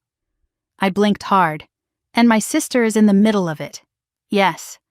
I clasped my hands together so tightly my knuckles hurt. "Why didn't she come to me? Why didn't she tell me?" "Because," Ramirez said gently, "she always thought you were the strong one, the good one, the responsible one. In her mind, she might have been protecting you." A sob caught in my throat. I tried to swallow it, but my voice cracked anyway. "But she dragged me into it." "She didn't mean to," Ramirez said. "She was scared. People do foolish things when they're scared. But from everything we've found, she tried to keep the danger away from you." I wiped my face, feeling both love and fury knotted inside my chest. "What now?" I whispered. Ramirez took a breath. "Now we negotiate." My eyes widened. "Negotiate?" "Yes," she said. "We're going to reach out to these people using controlled channels. We're going to imply we know more than we do. We'll use bait, create pressure, flush them out. And Chelsea. She's leverage," Ramirez said quietly. But leverage works both ways. If they want the missing item badly enough, they'll keep her alive. I felt dizzy again. What about me? We're not using you, she said firmly. Not as bait, not as contact. You're under strict protection. You will stay here with officers outside until we locate the group's new position. I nodded, though fear twisted hard in my stomach. And Ava, she added softly, your parents are cooperating. They gave us names of people who called your sister, locations they remembered, bank statements, everything. I exhaled shakily. They're scared too. They should be, Ramirez said. But they're doing the right thing now. A long moment passed before another officer opened the door and stepped in. Detective, he said. We pulled the prints from the cabin. We have an ID on the second man. Ramirez stood. Who he's connected to a ring based in Atlanta, the officer said, and they have a pattern. They don't keep abductees long.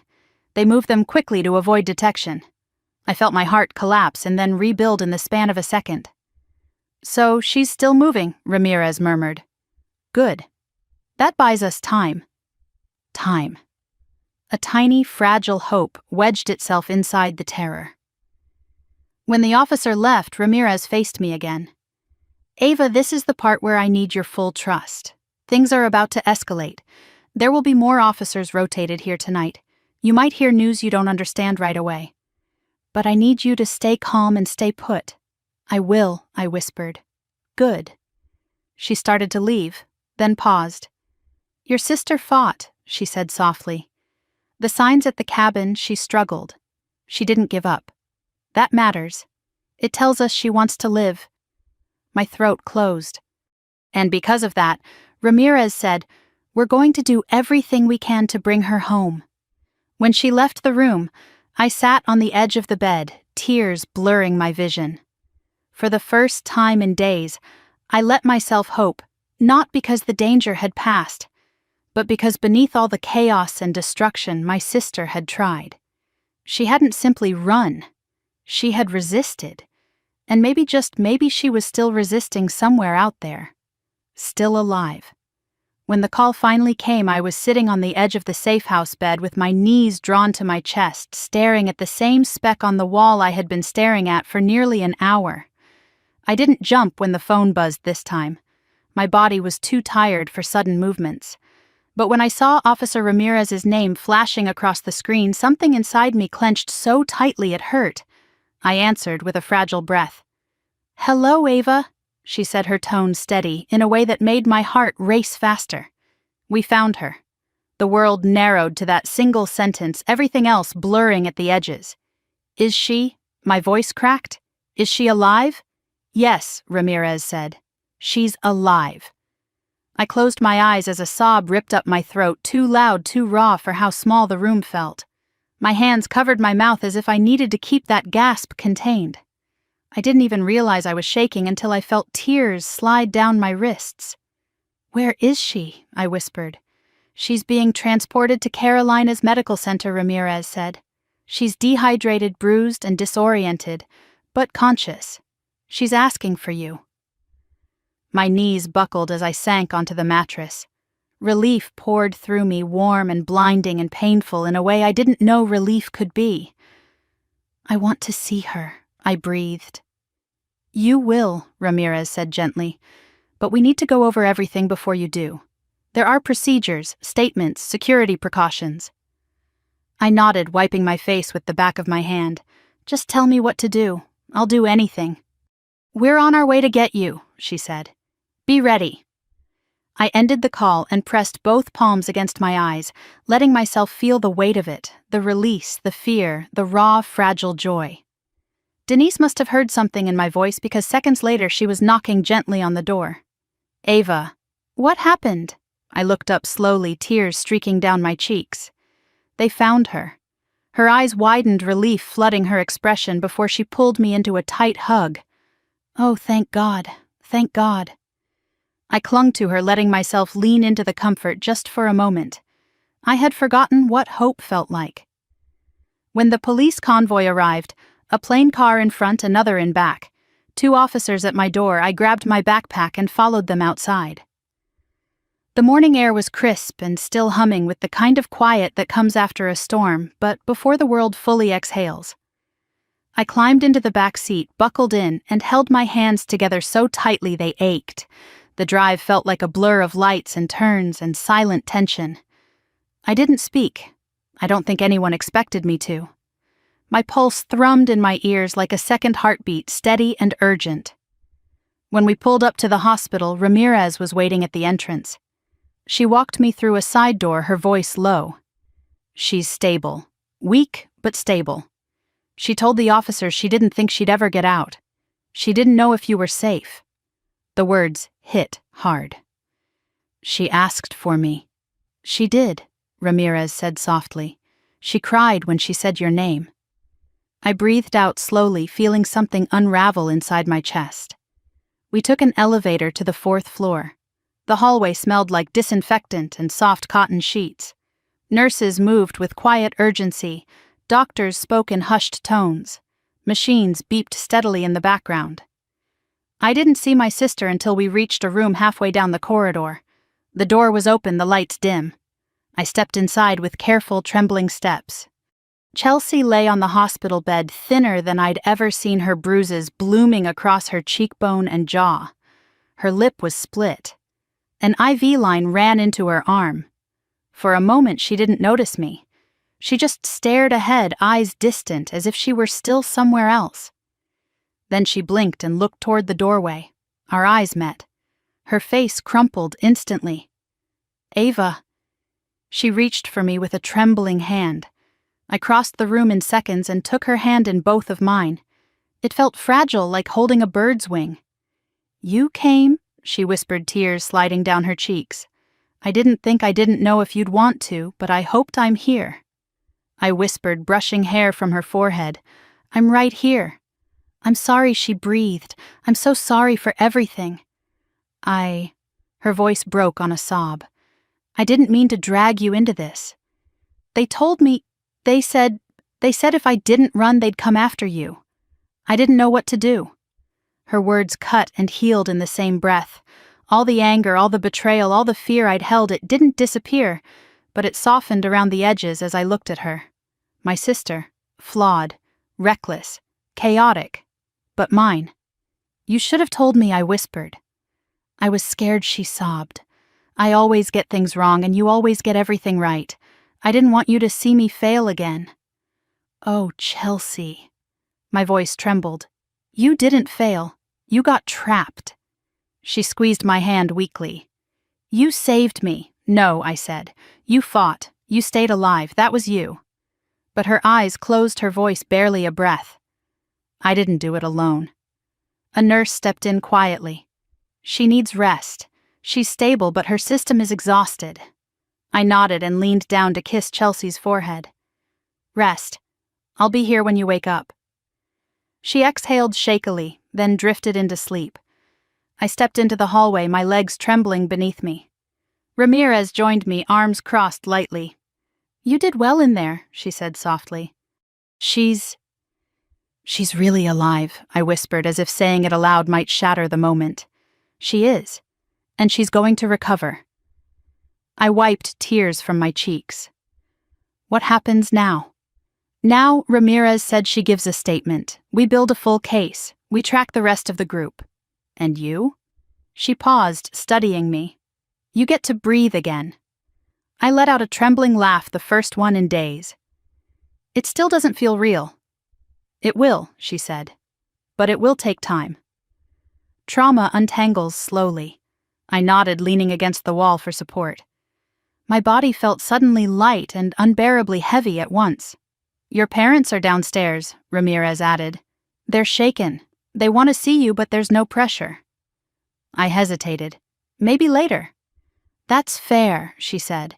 "You've earned the right to set boundaries." Earned. The word warmed something inside me.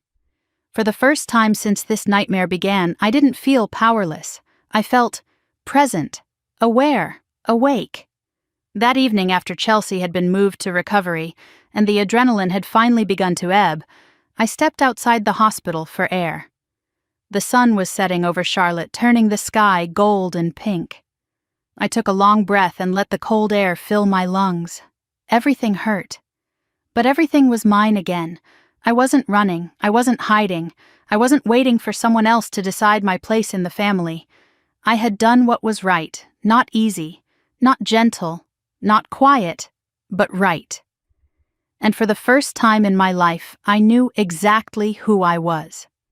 As I stood there watching the city lights begin to flicker on, I realized something important. I couldn't change the family I came from, but I could choose the family I built. I could choose peace. I could choose safety. I could choose myself. And that, after everything, was its own kind of justice. If you stayed with me through this journey, thank you. Stories like this, stories of survival, healing, complicated families, and the thin lines between fear and courage are heavy, but they matter. If you've ever faced a moment that forced you to choose yourself, or if you've lived through a storm that reshaped you, I'd love to hear your story in the comments. If this chapter moved, you consider liking the video so others can find it too. And if you want to join me for more stories about justice, healing, and reclaiming your voice, don't forget to subscribe. Your story matters, and I'm grateful you're here.